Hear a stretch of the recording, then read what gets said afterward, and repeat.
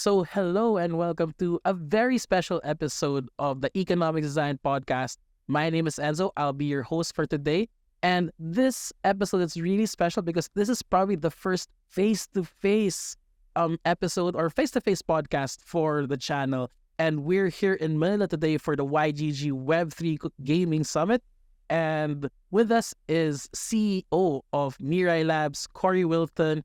Corey, thank you so much for joining. Thank you, bro. I appreciate it. Yeah, so just as a start, can you tell our viewers a little more about who Corey Wilton is? So, a quick introduction, maybe tell us what you were doing before crypto and how you found out about, the Web3 scene. All right. Again, you know my name, Corey.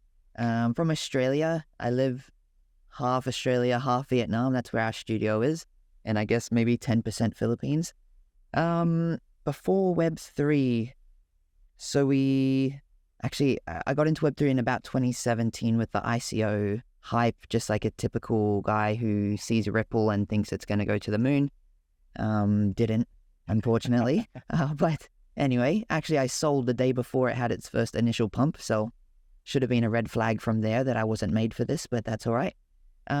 So yeah, before all of that, actually I graduated high school in 2014 and then just went straight into sales. Attempted my first company there, which was, maybe Dollar Shave Club. It was the first $1 billion e-commerce sold store. So attempted to do a female version of that, failed miserably, very, very badly, but then just kept trying. And in 2017, when I first got into crypto, that was my first proper company. We did a customer support company for crypto startups, essentially. So ICOs had a lot of money, but they had a community as well and no support. So we just dove straight in, and that's kind of my connection to the Philippines, actually. Just had Filipino support agents, and still friends with them. My first agent back then is actually a co-owner in one of my other companies in Australia now.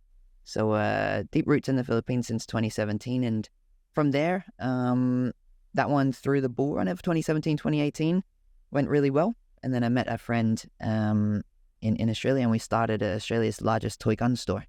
Toy guns? Toy guns, yeah. Okay. And a bit random, I know, but we were just shooting each other with them, and we were like... So you were competing against Nerf? Literally identical to that, yeah, except they look real. Okay. Nerf is for kids, but this one we were these are gel balls, and we shoot each other, and we were this actually hurts, and it's fun. So let's maybe other people want to buy this shit. So then we launched it, and that blew up very, very quickly. And then after that was 2020 or something like that. We started that 2018. End of 2020, I was let me look back at Web3 after hustling that for a bit, and dove into F1 Delta Time, if you're familiar, from Animoca. That was about it. I was just screw it. I like F1 and NFTs. Looks like a place I can lose some money, so let's go.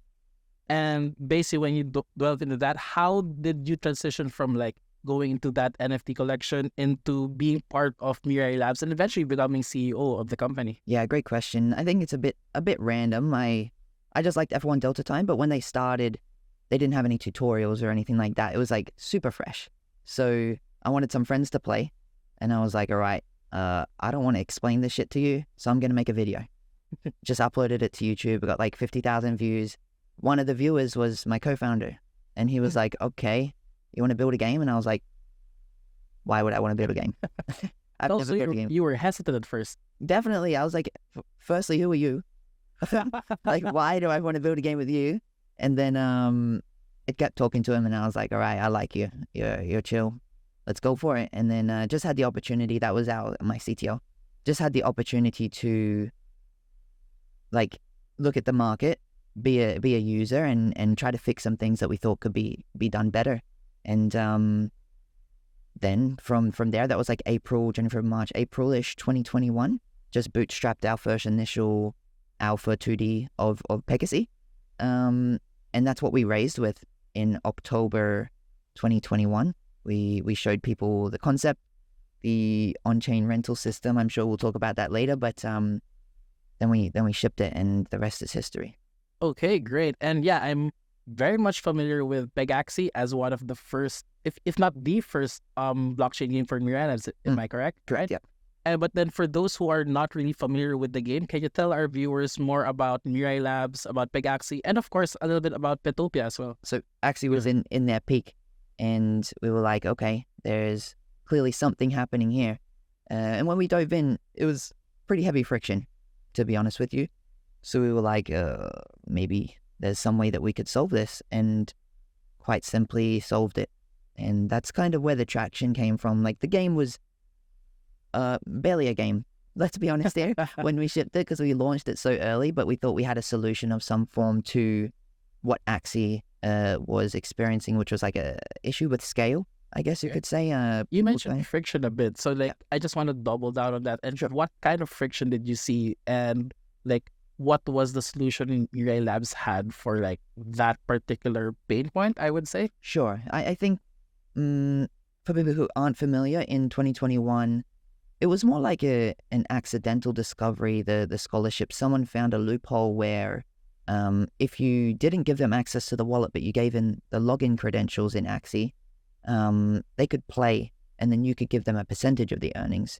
And this spiraled, obviously, quite crazy. The scholarship model? The scholarship model, right? So that was the foundation of the scholarship model. Someone, I wish I could credit him, I can't remember his name, but someone in the Axie community just discovered that, right?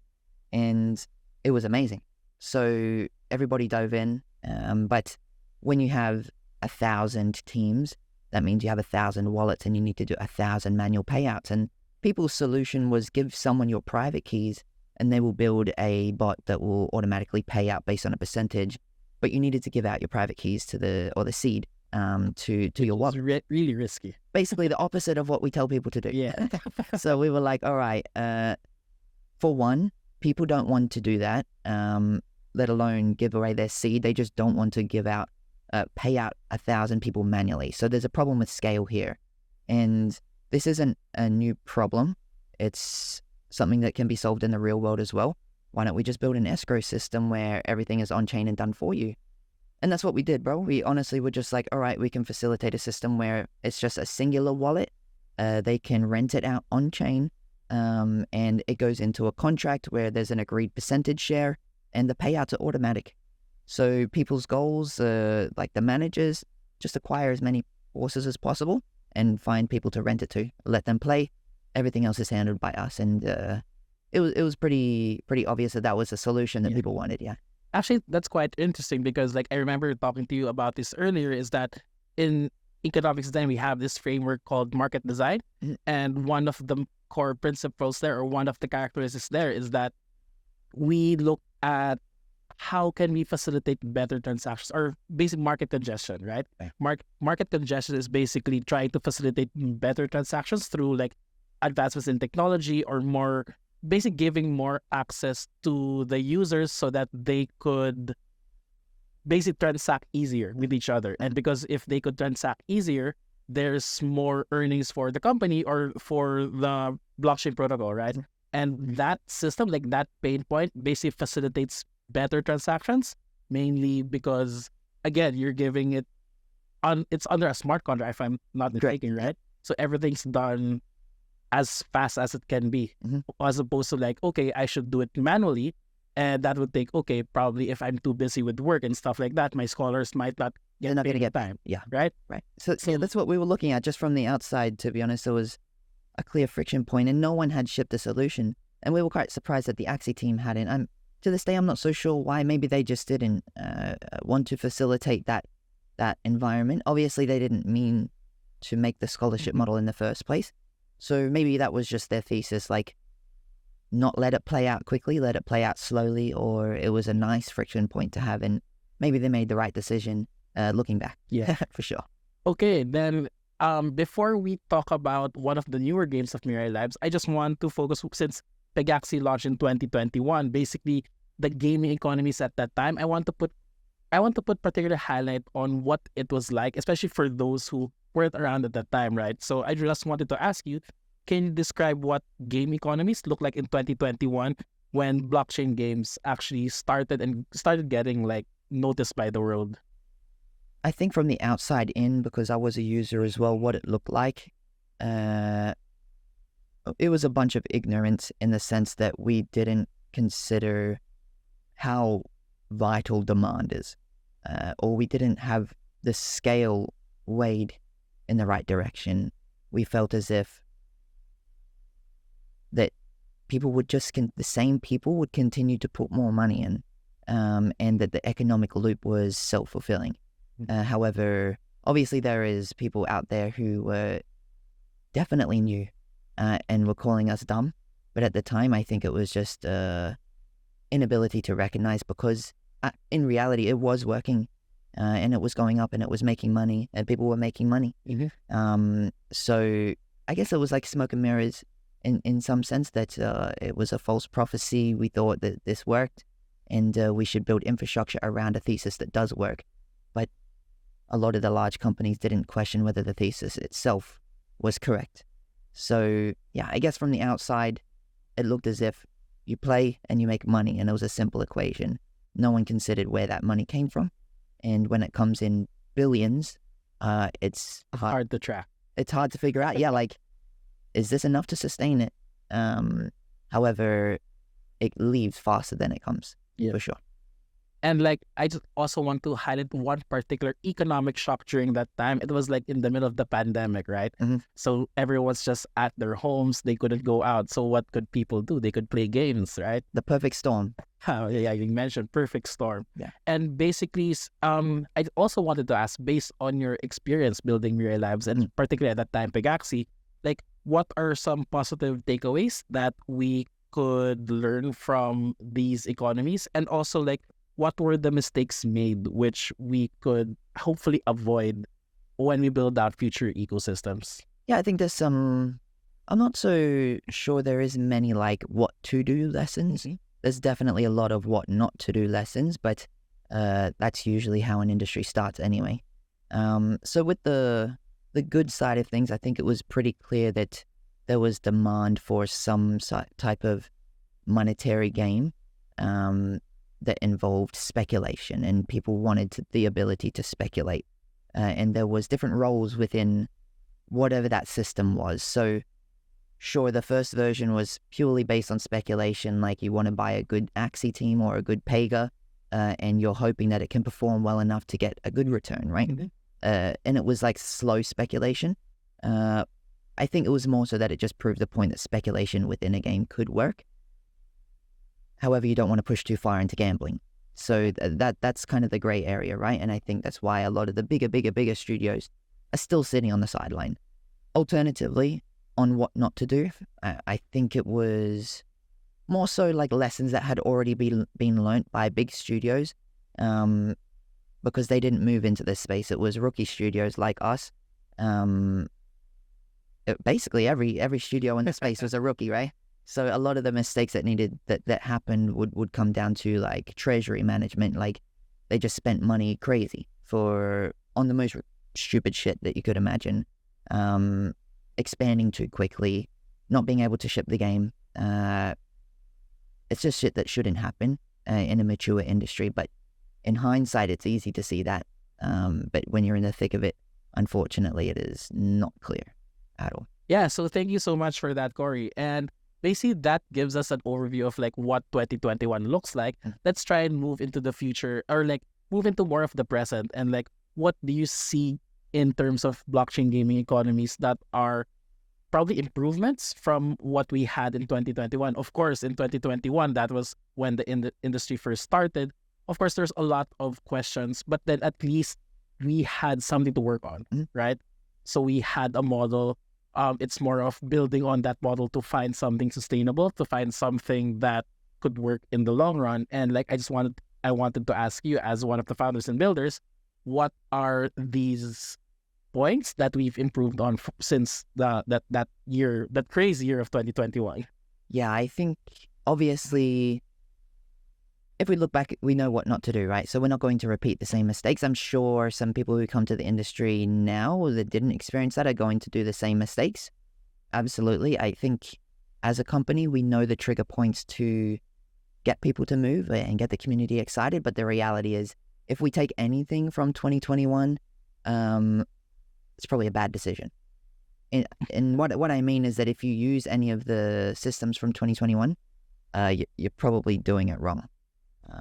Just wanted to clarify, that means that if you're using that exact 2021 model right now, right? No one will talk about you. Yes. Yeah, I think that's more so the point. I mean, you were doomed anyway, and they're not going to play the game because they know that. You know what I mean? Like, they were through it. The people who were here went through it. And if they see that same model, they're going to be like, oh, red flag. There's consumer awareness already. Yeah, right? and you're like, you definitely missed the boat. It's 2023, Yeah. probably 2024 by then, right? Like, we're looking at the future of these economies. And it's quite interesting because on the drive here, you were talking about like something you got from a social app or a social protocol called FriendTech. Yeah. So can you quickly explain what is this new, how should I say, new concept called SocialFi? Sure. Very interesting. I think I guess we could call it a speculation game as well, right? And SocialFi is more like monetizing social elements within whatever the industry is. And FriendTech was, I guess, a pioneer in that sense where they monetized a social network, but and that's been happening since like 2017, right? There's a lot of them, but FriendTech just did it in an interesting way that incentivized speculators and made it fun. Mm-hmm. I think that's the important part here. So there was a lot of key takeaways when looking at FriendTech and when I played, that it was just like super attractive to me, primarily around the fact that you can speculate and like degen into the platform, right? And that's what a lot of people find fun. So when looking at it and playing it, I was kind of like, all right, what would happen if FriendTech was in a game, and what does that look like? So looking at FriendTech, they tokenize influencers. In short, people purchase a key in an influencer, which could be considered like a share in the influencer, and they hope that it's going to go up over time. And that influencer uses their influence to promote purchasing those keys so that they can have a closed group of fans. But you know, the more people who buy, the higher the key price will go. So as a speculator, I'm going to try to get in early or try to make a good trade. Mm-hmm. I know I can lose for sure. It's just like buying a token, but it's still something that I want to play. I'm willing to lose, right? And I think that would be really, really interesting inside of a game. So we've adopted it into what we are going to call like guild tech, essentially, and tokenization of guilds inside of a game. Okay, so basically that you're one step ahead, because I just also wanted to ask you, okay, so this whole SocialFi thing that you say you got some notes from FriendTech, mm-hmm. basically how does that relate to blockchain games, or how could you apply that aspect or that, I would say, phenomenon mm-hmm. into blockchain gaming? Tough, definitely tough. When I wrote it down, I mean, I'm sitting there we were having a gathering with all of our POs and our leadership team, and we're just like brainstorming, and I'm just sitting there and I write FriendTech in games on a piece of paper, and I had this initial model and I was like, that sounds effing fun, like amazing. And then I wrote it down and I was like, okay, that doesn't work. It was a lot more difficult than I had suspected, because obviously a KOL or an influencer is an individual person, so they're just like an entity within this ecosystem. But in reality, a guild has 100 members, thousands of members. Like, how can you tokenize something like that? And it just came down to making that guild an entity inside this ecosystem, right? And I think it clicked for you in the car when I was explaining it to you as well, where if this guild is an entity within this ecosystem, people are going to buy fractions and hopefully speculate on the performance of that guild within this game ecosystem. So essentially, it's like buying shares in a company, but then that company is a guild inside the ecosystem. I would say, I mean, like same as FriendTech, right? Like they would consider the influencer a company mm-hmm. or something like that. How you compare it or help you understand it is up to you guys. However, for us, we like to look at it as fractionalizing the guild, but only specifically within that game, and it's not external to the ecosystem. Mm-hmm. Like each game, every time this guild participates within a game, it is unique. So the guild YGG inside of Pegasus is one entity. YGG inside of Petopia is another entity, mm-hmm. independent, which is really, really interesting. So that's actually quite interesting, because like we have this thesis of having Web3 gaming economies, like being digital nations, and like we could relate it to how, for example, regional economies like countries have their own economy as well. So you could treat as, for example, Pegaxi, or YG in Pegaxi could be like YG in one country, or a guild in one country, or a company in one country, while YGG in Petopia is like that same guild, but then has a sister company in a different country, right? Like almost identical, yes. Yeah. And they're not, the performance of them in this country doesn't affect the performance of them in this country. And that's the ecosystem that we want to have, because if, for example, your players within the guild are really, really good at Petopia and not good at Pegasus for some reason, your fraction price of your company inside that game would not affect the other game, vice versa. So if you think you're going to dominate just Petopia, go and dominate Petopia, right? If you think you can dominate both, go and dominate both. But either way, whatever you perform this month won't affect the other game. Okay, and I just want to double down on that tokenization of that guild concept. Basically, if you could talk about, okay, what is the main economic loop there? What are the different entities inside, or who are the different entities inside that ecosystem that could benefit from the value generated? And like, how is the value how does value flow as a whole, like through that mechanic? I think, I hope I can explain it because it's so new. Hopefully I can explain it in a way that makes sense to people. But from the outside, what we're looking at here is that it is a positive flywheel, I guess is always the mission here, where each entity, the entities being the players, the guild founder, and the speculators, each of their actions motivates the other to take a new action.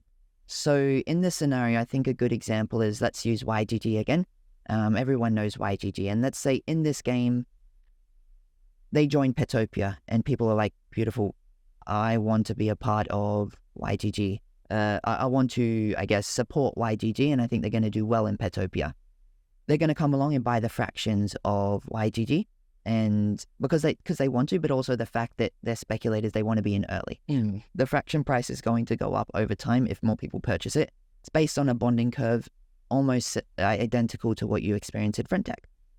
So they know that they're going to get in early if they notice it at an early stage, or if YGG does well, people are going to speculate it in the future anyway, they can sell for a higher price. So speculators come in, they start purchasing these fractions, and the way the money is distributed is also similar to Frentech. 5% of all the trading fees is going to the guild. Fundamentally a business model. They earn revenue just for speculators buying their fractions.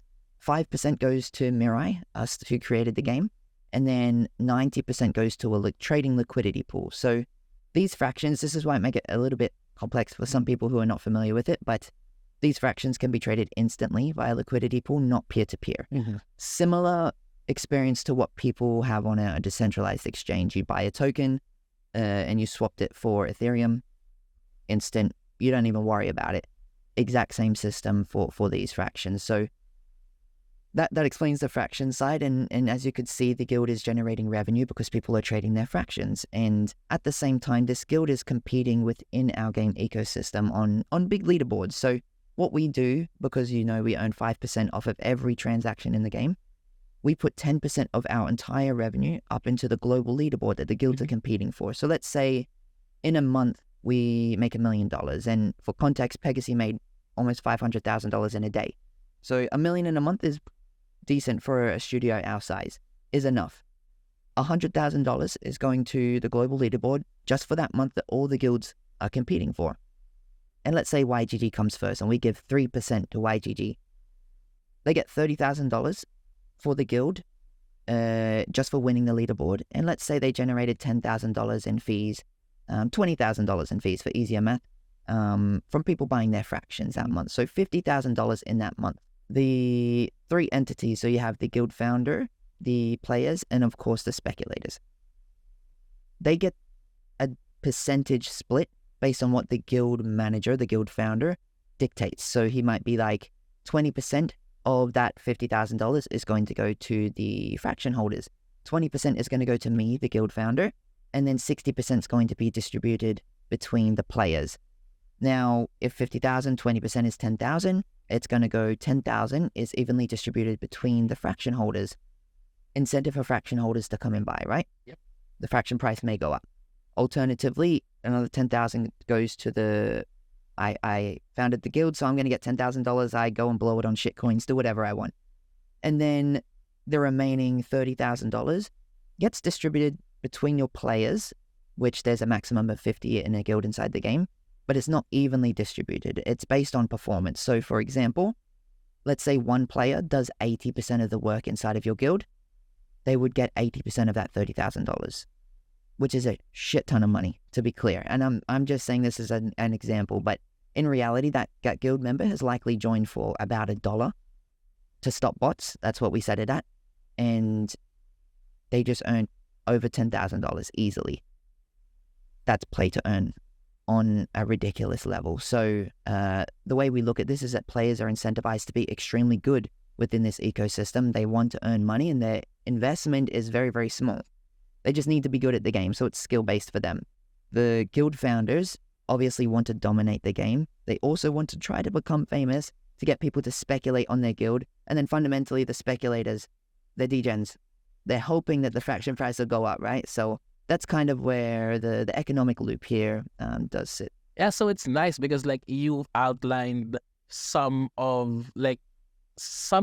personas, I would say, and some different key people inside the ecosystem. And one of the and you basically created also like a game inside the game, right? Like something that appeases those who want to speculate, basically the traders, like non-players. Yeah, non-players, right? And we know that basically all blockchain gaming ecosystems will have that investor archetype or that non-player archetype inside the game. Like it's already there. If we think about back to the original 2021 thesis, these guilds were going to play inside the ecosystem and they took VC money. The VCs thought that was a good investment to invest into these guilds. So this is just like a permissionless system where these guilds don't even need VC money. We've given them a business model within this system. They just need to go out there and make money for their guild. No need for VCs, but it's highly possible that a VC is going to recognize this and buy early fractions in the biggest guilds. Like, why wouldn't they, right? An ecosystem like this is just, again, similar to what we did in the original version, right? Where renting wasn't streamlined, efficient, or anything. We made it streamlined and efficient. It's pretty clear that people want to speculate on a guild's performance, right? Or people just want to speculate inside the game in general. And not play. Like VCs did. Well, you can do that now. And I think that's obviously a ridiculous amount of money. And the fact that we put a large amount of that money back into this ecosystem to drive the motives of the other two core players, I think is going to be an incredible loop. Obviously, we don't know. As of this, it hasn't launched. So I might be very wrong looking back on this. But from the outside, it looks fun. And like you mentioned earlier, you guys are willing to take the risk, right? Absolutely. Definitely. Yeah, we're going to take... I think that obviously this is what we're speaking about in the car, innovation. Someone needs to take the risk here. The big dogs seem to move slower. So being nimble, YOLO. Let's go. Easiest way to put it. That's one way of looking at it. And yeah, basically for the remaining time we have, I just also wanted to ask, what are some, like this is one main way for Mirai Labs to like future-proof gaming economies or like the gaming economies of the games that you're trying to build. But I would like to ask as well, like in terms of what you see in the industry, what are some economic trends that could, or economic model trends or just trends in general for the GameFi space or blockchain gaming space that you see as a positive note and really good for the industry as a whole? To be honest, the one that we're most bullish on is the one that we're building.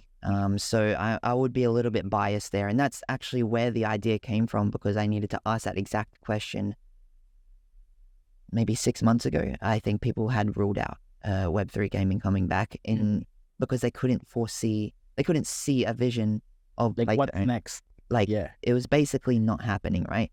And SocialFi validified something that was there, and a nimble studio should react quickly to take advantage of something, because we want to survive as a studio, right? So that's basically what we did. And trends wise, or seeing some green flags, to be honest, I think it's going to revolve around not having tokenized economies, native tokens, like avoiding that. So if you're earning a native token, probably not going to do well for the token. I think we learned that.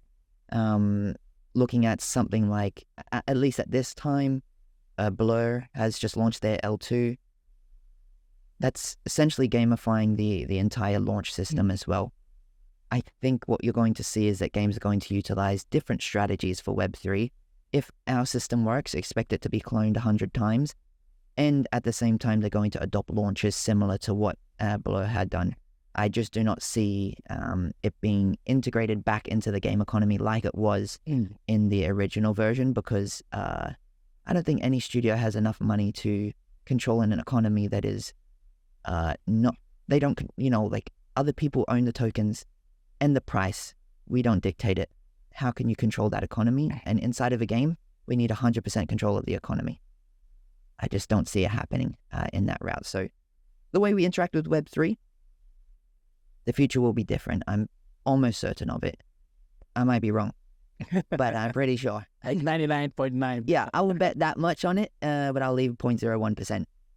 Willing to lose that money, but then really bullish on that, right? Super bullish, bro. Super bullish on that, yeah. And I'm hoping that other people, actually I know for a fact that there is other people building a similar thesis to us. Probably not the same model, but they're building a very similar thesis around SocialFi inside of gaming. So I would say green flag for anyone who has recognized that. Respect to them. Great. And probably as a last two questions first, can you are you comfortable in giving some of your predictions of what blockchain gaming will look like probably 5 years down the line? I think this is actually going to repeat and continue to repeat, because fundamentally, as the type of players that we are and the type of studios that we are, I think we like building new in the entertainment world anyway. The games release a new concept, a new way, a new game design. For example, like COD was just COD, where it was teams versus teams, and then Battle Royale came into a thing, so they integrate Battle Royale, right?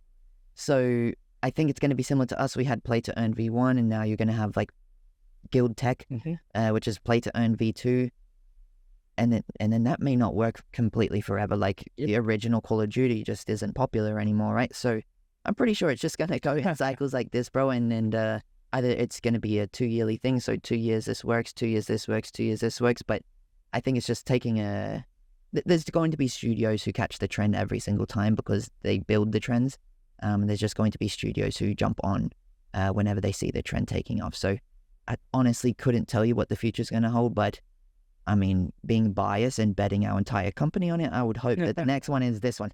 Hopefully. Okay, and probably as a last question, I know that Mirai Labs is also building a new game, so probably you would like to talk about Petopia, Sure. that new game, and probably if you can talk about how different the game is in terms of its economy compared to the first game that you built. Sure. So Petopia is inspired by Arch Hero and Brawl Stars. We love the dungeon crawling of Arch Hero and the Brawl Stars mechanics and controls. Yeah, we just love that. So that's where the inspiration came from. So expect a hybrid game between both of those. And fundamentally, it is just like a roguelike game. And typical progression, what you would expect from a free-to-play mobile game, has in-app purchases, in-app advertising, all of it, like a traditional studio should. And how this applies, I guess we have also, I don't know when this will be released, but we've built a infrastructure ecosystem around it as well. So obviously we have Mirai Chain, we've got Mirai App, which does all of the Web3 type of stuff, Mirai Wallet, Mirai ID, which is for all the logins. So we built a pretty robust infrastructure, which with the goal of making the user experience not hidden, but no bullshit. You know exactly what you're doing, and it'll pop up and be very, very smooth. So that's obviously the mission, and integrating SocialFi, what we're calling guild tech, on top of that ecosystem, and enabling all of the infrastructure so that the speculators can come in, the players can do management, the guild managers can manage their guild, and a whole bunch of perks on top of that as well. So that's obviously the gist of it. And then what's different? Don't expect anything from the original model, to be honest, bro. It's just not the same anymore. This is like fundamentally all new. There is no earning in tokens. It's all ETH. Money in, money out is all ETH. No native tokens or anything like that. Sure, there might be staking and stuff of PGX in the future. Absolutely. There will be some involvement in maybe new tokens or something like that in the future. NFTs as well. There's no NFTs at the start, to be clear. It's a free-to-play mobile game. And if you want to start a guild, it's $1 to stop bots. If you want to join a guild, the guild owner does dictate the price, but they can sell it for $1 if they wanted to. So that's about it. At best, it's $1 to get started, or you just download the game and play it for free and don't participate in the guild system. Okay. And there you have it, guys. You've heard it here first on the Economics Design podcast that Mirai Labs is building something new and something that could potentially be a game changer in the Web3 industry or in the blockchain gaming industry as well. That's a cool economic loop. And yeah, I mean, pretty excited on like what you guys ship out in the future as well. And thank you so much for everyone who listened in and who's viewed this podcast. It was such a delight to have CEO of Mirai Labs, Corey Wilton, here with us. And till next time, please like and subscribe to our channels to get the latest information, latest podcasts, and latest videos on everything related to economics, especially in the Web3 space. I'm Enzo, and this has been a pleasure. And Corey, thank you. Thank you so much for being on the show. Thank you, bro. I appreciate it. Thanks so much. Thank you so much.